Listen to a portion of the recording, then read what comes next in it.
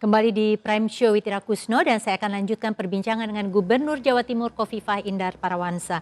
Mbak Kofifah, tadi sempat disebutkan angka 7 hari itu sebelum Lebaran memang bisa dijaga, tapi kelihatannya orang punya semangat begitu silaturahmi dan ini mungkin diindikasikan, bukan diindikasikan tetapi diperkirakan ini yang menyebabkan angkanya naik lagi.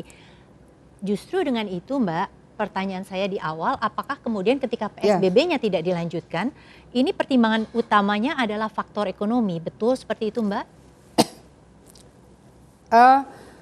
Kami tentu tidak bisa sembrono untuk bisa melepas PSBB kemudian semata-mata karena persoalan ekonomi, tapi bahwa ini adalah sesuatu yang memang tidak mudah untuk diputuskan.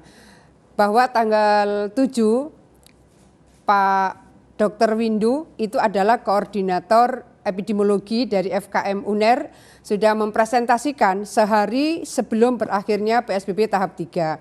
Ada perwakilan dari 3 kabupaten kota ini, Pak Bupati Gresik, PLT Sidoarjo dan perwakilan Surabaya datang. Ini suasananya belum aman. Ini RT-nya masih di atas 1. Saya boleh mungkin ini kalau bisa di Zoom ini. Ini adalah Kabupaten Sidoarjo, ini sempat 8 hari RT-nya di bawah 1. Kemudian Surabaya ini sempat 6 hari nih, RT-nya di bawah 1. Kemudian Gresik ini sempat 6 hari, RT-nya di bawah 1. Ya, ini untuk ini pemirsa, adalah Surabaya Raya, RT sempat ini 6 hari. Artinya adalah angka penularan ya Mbak? Ya, rate of transmission. Nah, kemudian kita juga melihat RT-nya bisa 1 atau 1,1, tapi juga kita bisa melihat bahwa attack rate-nya, tingkat resikonya. Ternyata tingkat resikonya kemarin itu sempat 94, hari ini bahkan 107 untuk Surabaya per 100.000 penduduk.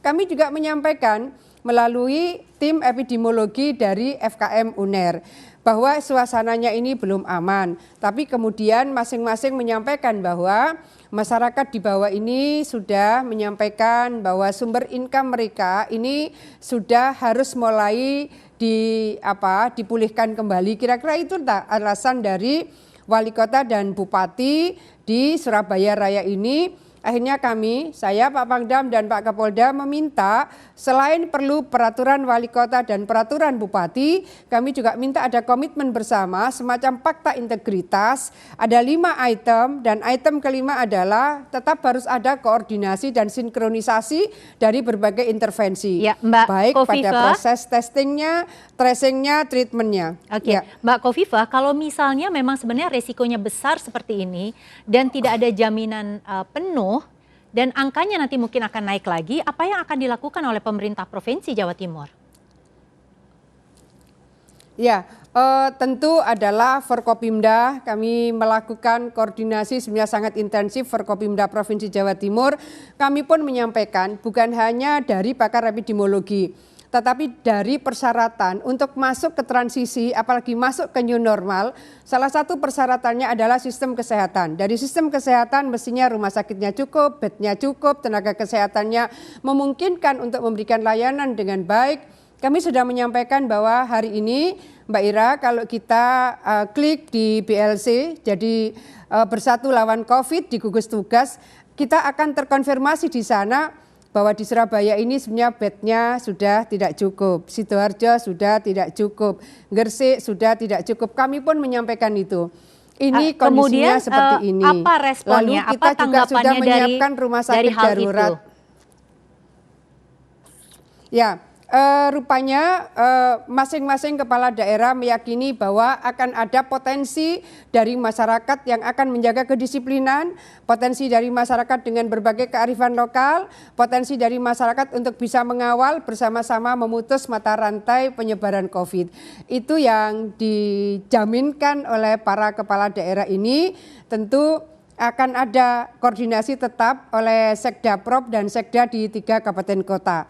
Maka kami tadi menandatangani komitmen bersama di antara Forkopimda, Berarti di situ ada Pangdam, Kapolda, Pangku Armada 2, Gubernur, dan Ketua DPRD yang tadi diwakili oleh Wakil Ketua DPRD. Oke, Mbak Artinya ini Kofifa, sesuatu yang betul-betul kami harus mengawal. ya, Mbak Kofifa, bisa dijelaskan langkahnya secara real nanti akan seperti apa? Komitmen itu di atas kertas, tetapi tadi dibilang disiplin masyarakatnya juga masih rendah. Sebenarnya angkanya juga belum cukup untuk bisa dilonggarkan. Langkah real di lapangan akan seperti apa, Mbak, strateginya?